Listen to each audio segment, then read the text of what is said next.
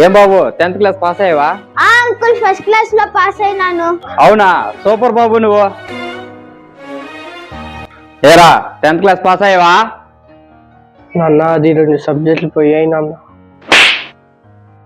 చెత్త నా కొడుక, లక్షలు పెట్టి చదివిస్తే 10th ఫెయిల్ అవుతానా? 10th ఫెయిల్ అవుతావా? నాన్న వద్దు నాన్న, మళ్ళీ రాసి పాస్ అవుతాడన్నా.